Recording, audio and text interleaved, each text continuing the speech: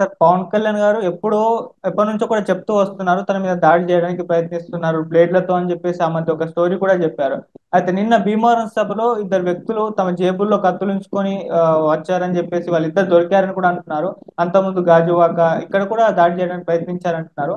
అసలు ఎవరు వీళ్ళు? ఈ కత్తులతో తీసుకొచ్చిన వాళ్ళు ఎవరు? వాళ్ళ డీటెయిల్స్ ఏంటి? అసలు పవన్ కళ్యాణ్ గారి మీద నిజంగా దాడి చేయడానికి ప్రయత్నిస్తున్నారంటారు సార్? యా మొన్న మనం ఆ, జగన్ మీద దాడి చూసాము. ఒక్కసారిగా రాష్ట్రం ఉలిక్కిపడింది.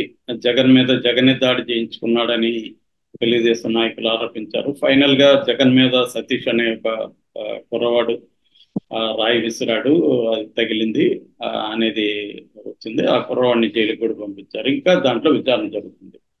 అయితే విచారణ జరుగుతున్న క్రమంలోనే చంద్రబాబు మీద కూడా రాళ్ళు వేయడానికి ట్రై చేస్తున్నారనే సంఘటన బయటకు వచ్చింది. ఇప్పుడు ఆ, పవన్ కళ్యాణ్ మీద ఈ రోజు సంచలనం ఏంటంటే, పవన్ కళ్యాణ్ భీమవరం సభలో కొంతమంది కుర్రవాళ్ళు అనుమానాస్పదంగా తిరిగితే పోలీసులు పట్టుకుంటే వాళ్ళ జోబీలో చాకులు పెట్టుకొని తిరుగుతున్నారు. అంటే స్మాల్ నైఫ్స్ అన్నమాట. చిన్న కత్తులు పెట్టుకొని ఉమ్. తిరుగుతుంటే అది ఆందోళనకు దారితీసింది. వాళ్ళు అక్కడ దుర్గాపురం చెందిన వాళ్ళని చెప్తున్నారు. సో వాళ్ళిద్దరిని ఇప్పుడు అరెస్ట్ చేసి పోలీసులు విచారిస్తున్నారు.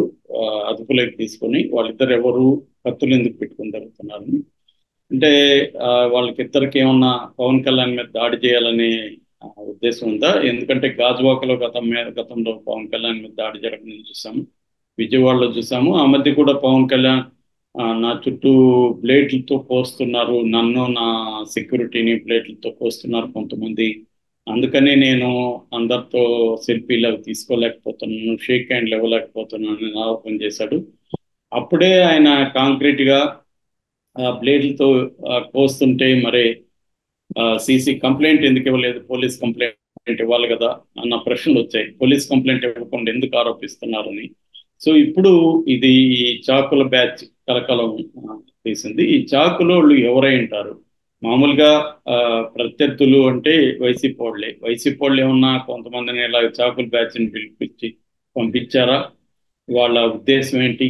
పవన్ కళ్యాణ్ గాయపరచడమా, లేకపోతే ఏమన్నా ఉద్దేశం ఉందా ఆ, లేక అనేది తేలాలి. రెండోది, కొంతమంది రౌడీ పిల్లలు మామూలుగానే వాళ్ళు కత్తులు పెట్టుకొని తిరుగుతుంటారు.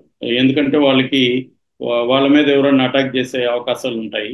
ఈ రౌడీ షీటర్లు, క్రిమినల్స్, గతంలో నేరాల్లో ఇరుక్కున్న వాళ్ళు, వీళ్ళందరూ కూడా బయట తిరిగేటప్పుడు చాకులు పెట్టుకొని తిరుగుతారు వాళ్ళు. ఎందుకంటే అది సెల్ఫ్ డిఫెన్స్ కోసం పెట్టుకుంటారు, ఎవరన్నా మన మీదకి వస్తారని. లేదు, ఇటువంటి పెద్ద క్రౌడ్లు ఉన్నప్పుడు జేబు దొంగలు కూడా ఉంటారు. చైన్ స్నాచర్స్ కానీ, జేబు దొంగలు కానీ, వీళ్ళకి కూడా చిన్న నైఫ్స్ అవసరం. కట్ చేయడానికి, జోబులు కట్ చేయడానికి కావచ్చు, రకరకాలుగా వాడతారు.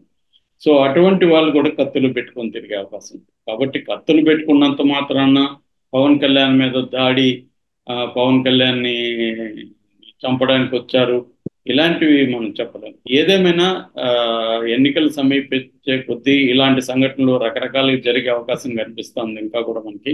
ఉమ్. ఎందుకంటే ఆంధ్రప్రదేశ్ రాజకీయాలు మిగతా రాష్ట్ర రాజకీయాల్లాగా లేవు.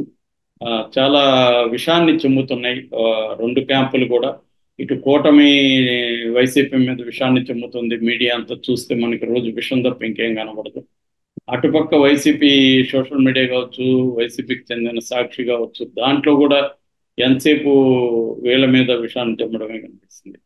అది సాధారణ మనుషుల్లో కూడా ఎలాగైపోయిందంటే, ఎవడైనా బ్యాలెన్స్ గా మాట్లాడినా కూడా నువ్వు మా వైపు మాట్లాడలేదంటే అర్థం నువ్వు మా ఎనిమి. నువ్వు ఇద్దరిని తిట్టినా కూడా మాకు ఫరక్ లేదు, నువ్వు ఇద్దరిని తిడుతున్నావంటే నువ్వు మా ఎనిమినే అనేది చెప్పేస్తున్నారు ఇద్దరు కూడా. అంటే ఒక మిడిల్ స్పేస్ అనేది ఎవరికి లేదు అనేది డిక్లేర్ అయిపోయింది.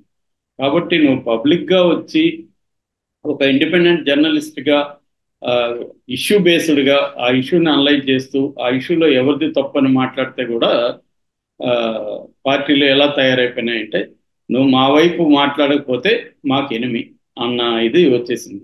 సో దీనివల్ల ఏమవుతుందంటే, ఒక ఆ, ప్రజాస్వామ్యంలో ఎప్పుడూ కూడా ఇండిపెండెంట్ జర్నలిజం అనేది చాలా ఇంపార్టెంట్. అంటే ఎవరి సైడ్ తీసుకోకుండా ఆ, మాట్లాడడం అనేది ఆ, అవసరం. అట్లాగే ఎవరి సైడ్ తీసుకోకూడదంటే అర్థం ప్రతి దాంట్లో ఎవరు తప్పు లేదని కాదు, ఆ ఇష్యూలో ఎవరిది తప్ప కూడా చెప్పగలగాలి. అప్పుడు ఒక సైడ్ తీసుకున్నట్టే అనిపిస్తుంది అవతల వాడు. ఇప్పుడు ఒక విషయంలో నేను చంద్రబాబు క్యాంప్ తప్పు చేసింది అన్నాను అనుకో, తెలుగుదేశం క్యాంప్కి నా మీద కోపం వస్తుంది. నువ్వు పేటిఎం డాగ్, నువ్వు ఇంకోటి ఇంకోటి అని వాళ్ళు మాట్లాడతారు. అదే నేను జగన్ది ఇక్కడ తప్పు ఉంది, జగన్ తప్పు చేశాడని మాట్లాడానుకో, వీడు బులుగుడు, ఇది ఎల్లో బ్యాచ్, వీడు చంద్రబాబు నాయుడు బ్యాచ్ అని వాళ్ళు అంటారు. సో ఇది అంటే ఒక ఇండిపెండెంట్ గా ఉండగలగడం, తప్పుని ఎవరు తప్పు చేసినా చెప్పగలగడం అనేది ఇవాళ డెమోక్రసీ ఇంపార్టెంట్. అది పోయింది అనమాట ఆంధ్రప్రదేశ్ రాజకీయాల్లో. అంతగా హేట్రెడ్ ని పెంచేశారు. సో ఈ క్రమంలో ఇంకా నేను చాలాసార్లు చెప్తున్నాను, చాలా వైలెన్స్ జరిగే అవకాశాలు కనిపిస్తున్నాయి ఎలక్షన్ దగ్గరకు వచ్చే కొద్దీ. నిన్ననే మనం చూసాము, నిన్నగా ఈ రోజు మార్నింగ్ ఢిల్లీలో ఒక అమ్మాయి చేయి కోసుకుంది, కోవిరి లక్ష్మి అనే అమ్మాయి బొట్టన వేలు, ఎడమ చేతి బొట్టన వేలు కోసుకుంది. సో అది కూడా కొంత విచిత్రంగా ఉంది. ఎందుకంటే ఆమె ఏమి నిర్దిష్టంగా చెప్తున్నది ఏంటంటే ఆ గ్రామంలో ఏదో పత్తిపాడు నియోజకవర్గంలో అరాచకాలు జరిగాయని. మరి ఏం జరిగాయి ఏంటి, ఇక్కడ ఎందుకు చెప్పలేదు, ఇక్కడ మీడియాలో ఎందుకు అవి రాలేదు, ఇక్కడ ఏం చేసింది, ఢిల్లీలో పోయి కోసుకోవాల్సిన అవసరం వచ్చింది, ఇదంతా కూడా ఏమన్నా దీని వెనక ఏదన్నా వ్యవహారం ఉందా అనేది కూడా డౌట్లు వస్తుంది. అంటే ఈ రకంగా ఇప్పుడు పవన్ కళ్యాణ్, గతంలో కూడా పవన్ కళ్యాణ్ నా మీద దాడులు జరుగుతున్నాయని ఆరోపిస్తున్నాడు. పవన్ కళ్యాణ్ ఎప్పుడైనా కూడా అతను కంప్లైంట్ ఇవ్వడు పోలీసులకి, ఆరోపిస్తూనే ఉంటాడు ప్రతిసారి. అది ఒక విచిత్రమైన వ్యవహారం. డెమోక్రసీలో ఆరోపణలు ఎవడు నమ్మడు. ఆరోపణలు ఉండాలంటే దాని మీద ఎంక్వైరీ కావాలి. ఎంక్వైరీ కావాలంటే కంప్లైంట్ ఇవ్వాలి. ఇప్పుడు జగన్ మీద దాడిని వాళ్ళు కంప్లైంట్ ఇచ్చారు, వెల్లంపల్లి శ్రీనివాస్ వెళ్ళి పోలీస్ స్టేషన్ కంప్లైంట్ ఇచ్చారు.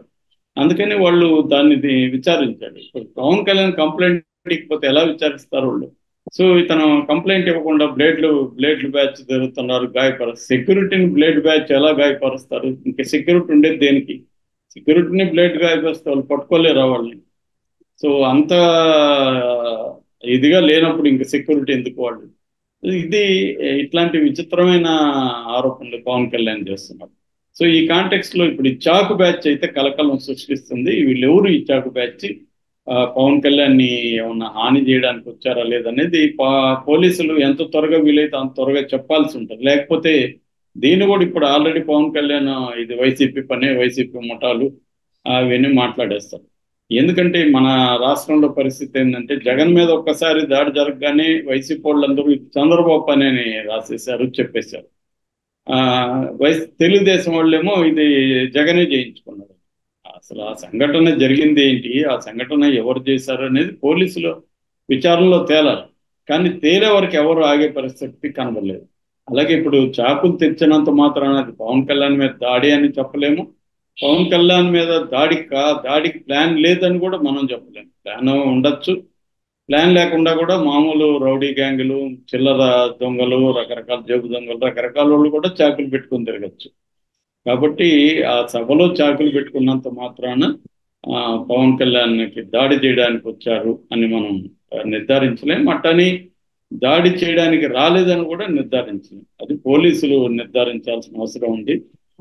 వాళ్ళు ఇప్పుడు ఈసీకి కూడా జవాబుదారీ కాబట్టి ఇది ఉంది. అయితే పట్టుకోవడాని పట్ల పోలీసులు మనం అభినందించాలి. చాలా అలర్ట్ గానే ఉన్నట్టుగా వాళ్ళు పోలీసులు. ఈవెన్ జగన్కి సంబంధించి కూడా ఇప్పుడు 50 మందిని స్పెషల్ సెక్యూరిటీని పెడుతున్నారు. వాళ్ళు బైనాకులర్స్ తో మొత్తంగా కంప్లీట్ గా అబ్జర్వ్ చేస్తూ లాంగ్ దీంట్లో ఉన్న వాళ్ళని కూడా అబ్జర్వ్ చేస్తున్నారు. అట్లాగే ఒక mobile control unit, command control unit పెట్టారు. ఆ మొబైల్ కంట్రోల్ యూనిట్ ఏంటంటే ఒక వ్యాన్లు ఉంటాయి, ఆ వ్యాన్లలో సపరేట్ కెమెరాలు ఉంటాయి. అట్లాగే సీసీటీవీలు కూడా దానికి అనుసంధానించబడి ఉంటాయి. ఇక్కడ మానిటర్లో వాళ్ళు చూస్తారు. ఎక్కడైనా దూరంగా కూడా ఎవరి దగ్గరైనా ఏమన్నా డౌట్లు ఉంటే వాళ్ళు ఇమ్మీడియట్ గా లోకల్ అక్కడ ఉన్న వాళ్ళ పోలీసులకి అలర్ట్ చేస్తారు. వాళ్ళు వెళ్ళి దాన్ని పట్టుకోవడం అట్లాంటివి చేస్తారు.